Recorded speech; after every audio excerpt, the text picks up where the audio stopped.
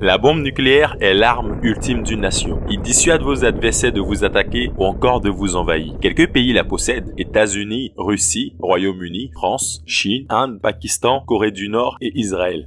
Les Américains interdisent tout autre État de la posséder, bien sûr, à coup de sanctions économiques ou encore en vous envahissant directement. Mais bon, ils n'ont pas besoin que ce soit vrai. Ils ont juste à trafiquer des photos pour aller chez vous. Exemple, Irak. C'est sûrement ce genre de comportement qui donne envie à un État de la posséder afin qu'on la laisse tranquille. Les premières bombes nucléaires ont fait des dégâts effrayants. Les villes de Nagasaki et d'Hiroshima ont été rayées de la carte ainsi que leurs habitants. 220 000 morts sur le coup, sans compter les dizaines de milliers de morts à cause des radiations. Ces bombes-là, encore surnommées Little Ball, ne sont plus rien face aux bombes du 21e siècle, qui sont des milliers de fois plus puissantes. Il y a vraiment de quoi s'inquiéter. La question suivante: quelle est l'arme atomique la plus puissante du monde? Certains vont penser à l'une des plus connues, la Star Bomba, lancée en 1961 par les soviétiques dans une archipel déserte au nord de la Russie. Elle est des milliers de fois plus puissante que Little Boy et aurait, si elle avait été larguée en France, rayé une région grande comme l'Île-de-France de la planète et causé 7 millions de morts directes sur 13 millions d'habitants, sans compter ceux qui mourraient des semaines plus tard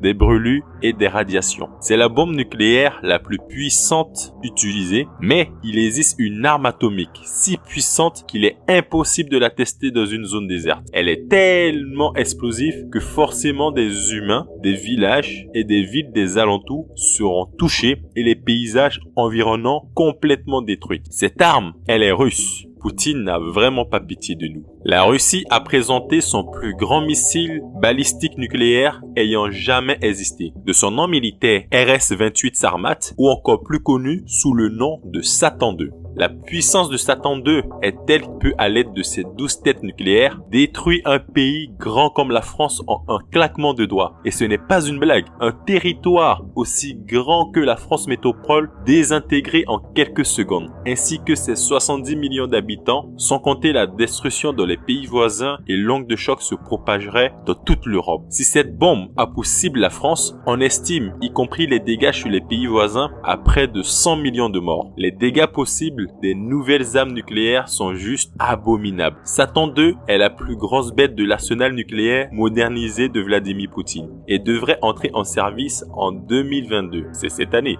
Il est certes rassurant pour un pays de posséder l'arme la plus puissante de la planète, mais il faudrait être capable de toucher les cibles ennemies. Des puissances militaires comme la France, l'Angleterre et les États-Unis se situent assez loin de la Russie, sans compter qu'ils ont des radars pour localiser des engins militaires étrangers et des boucliers de défense antimissiles. Ce sont des missiles spécialement conçus pour intercepter et détruire d'autres missiles.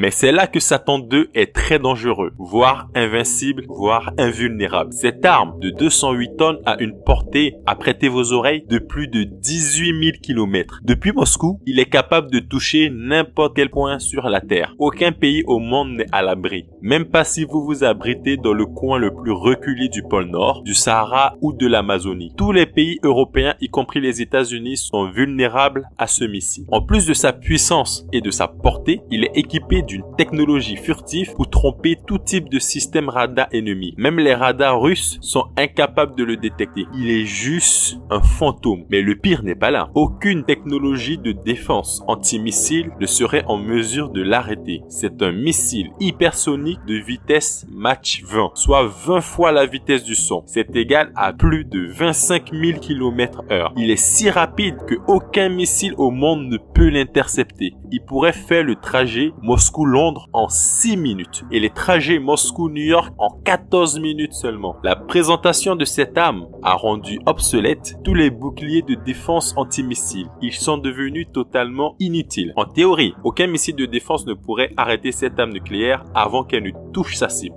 La stratégie américaine depuis près de 20 ans, qui était d'entourer la Russie de boucliers de défense antimissiles et par le biais de pays européens, est complètement tombée à l'eau.